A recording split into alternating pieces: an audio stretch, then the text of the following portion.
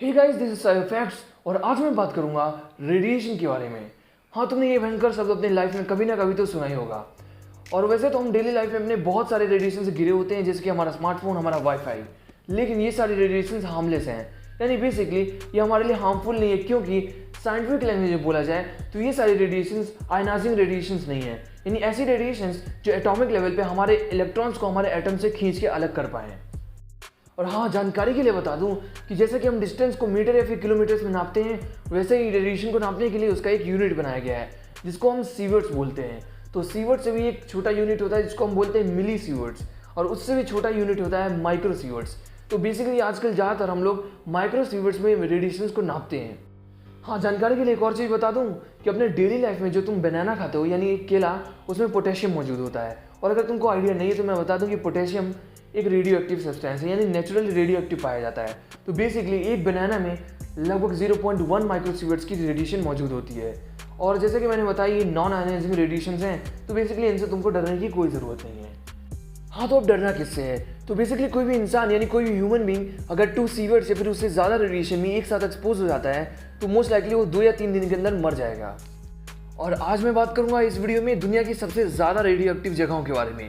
और वीडियो के लास्ट तक तुमको ये भी पता चल जाएगा कि इस दुनिया में सबसे ज़्यादा, यानी इस दुनिया में सबसे ज़्यादा खतरा किसको होता है, रेडिएशन से। तो चलो यार, स्टार्ट करता हूँ बिना टाइम वेस्ट किए। Let's begin. नंबर 5, गुयाज, ब्राज़ील।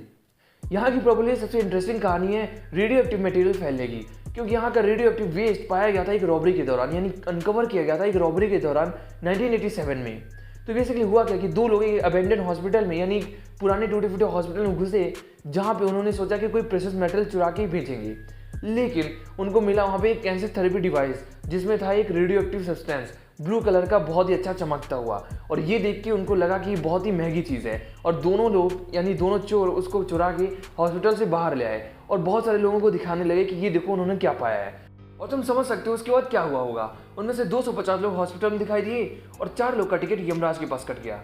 और उसके बाद ब्राज़ीलियन गवर्नमेंट को इन सब चीज़ों के बारे में पता चला और वहाँ पे वो गए और इन सब चीज़ों को क्लीन किया, लेकिन बहुत लेट हो चुका था क्योंकि रेडियो एक्टिव पार्टिकल्स ऑलरेडी बहुत बड़ी एरिया में फैल चुके थे। Number 4, Hanford, Washington, USA. World war 2 के दौरान हैनफोर्ड नाम के एक क्वाइट टाउन में, जो कि वॉशिंगटन में, यूएसए, वहाँ पे एटॉमिक बॉम्ब प्रोड्यूस किया करता था, जिसमें कि वो यूज़ होता था प्लूटोनियम, जो कि एक बहुत ही ज़्यादा रेडियो एक्टिव सब्सटेंस है। अगर तुम नहीं जानते हो तो गूगल कर सकते हो। और बाद में यही बॉम्ब जाके हिरोशिमा और नागासाकी में गिरा था, और तुम जानते हो उसकी हालत क्या हुए थे। और सिर्फ इतना ही नहीं, इसके बाद जब कंट्रीज़ के बीच कोल्ड वॉर चल रहा था, तब भी यूएसए ने यहाँ पे 600K यानी 600,000 न्यू न्यूक्लियर वेपन्स तैयार होने के लिए वापस यहाँ का प्रोडक्शन शुरू किया था। और आज के समय में देखा जाए तो यहाँ के पूरे 200 स्क्वायर माइल्स के एरिया में ग्राउंड वाटर पूरी तरह से कंटेमिनेट हो चुका है, यानी बेसिकली उसमें रेडियो एक्टिव पार्टिकल्स आज भी मौजूद हैं। और सिर्फ इतना ही नहीं, पूरे के पूरे एरिया में रेडियो एक्टिव पार्टिकल्स सॉलिड और लिक्विड दोनों फॉर्म में प्रेजेंट हैं। और आज के ज़माने में ये यूएसए का one of the most contaminated यानी रेडियो एक्टिव एरिया माना जाता है। Number 3, the polygon.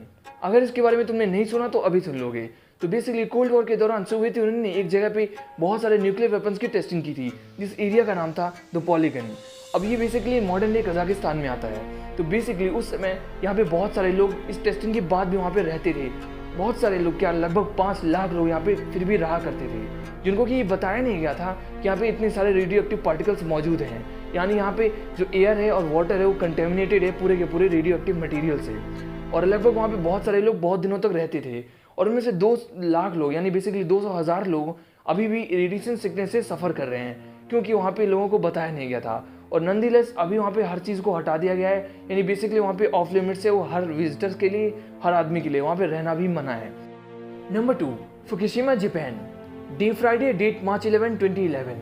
जापान के पैसिफिक कोस्ट ने एक्सपीरियंस किया 9 मैग्नीट्यूड का एक अर्थक्वेक, जो कि आया था फुकुशिमा में, जिसकी वजह से कॉज हुई बहुत बड़ी सुनामीज, जिसने डिस्ट्रॉय किया पूरे के पूरे फुकुशिमा को along with its Daiichi nuclear plant. अब डाइची न्यूक्लियर प्लांट जैसे प्लांट्स को डिज़ाइन किया जाता है कि ऐसे नेचुरल डिजास्टर के समय में पूरी तरह से शट डाउन हो जाए, लेकिन किसी वजह से इसकी जनरेटर्स जो कि कूल डाउन करने के लिए बने थे रिएक्टर्स को फेल टू एंगेज हो गए। बेसिकली वो एंगेज नहीं कर पाए, और इसकी वजह से बहुत सारे यानी बेसिकली 3 रिएक्टर्स जो कि बहुत ही ज़्यादा एक्टिव थे पूरी तरह से मेल्ट डाउन हो गए। अब इतने बड़े मेल्ट डाउन के कारण फुकुशिमा में चारों तरफ रेडियो एक्टिव मटेरियल फैल चुके हैं, और रेडियो एक्टिव स्पिल के कारण फुकुशिमा के ग्राउंड और उसके ग्राउंड वाटर में हर तरफ रेडियो एक्टिव पार्टिकल्स फैल चुके हैं। और सिर्फ इतना ही नहीं, वहाँ का जो पैसिफिक ओशन का साइड है जो कि फुकुशिमा से कनेक्टेड है, वो पूरी तरह से इफेक्ट हो चुका है। एक्सपर्ट्स का मानना है 40 से 50 साल या फिर उससे भी ज़्यादा समय लगेगा फुकुशिमा को रिकवर करने के लिए। Number 1, Chernobyl, Ukraine. अब जो मैं तुम्हें बताने जा रहा हूँ वो दुनिया का सबसे बड़ा टॉप सीक्रेट है। नहीं, ऐसा नहीं है। अब जो मैं तुम्हें बताने जा रहा हूँ वो दुनिया का सबसे बड़ा न्यूक्लियर डिजास्टर था, और इससे बड़ा न्यूक्लियर डिजास्टर आज तक दुनिया में कभी नहीं हुआ और होपफुली कभी हो भी ना।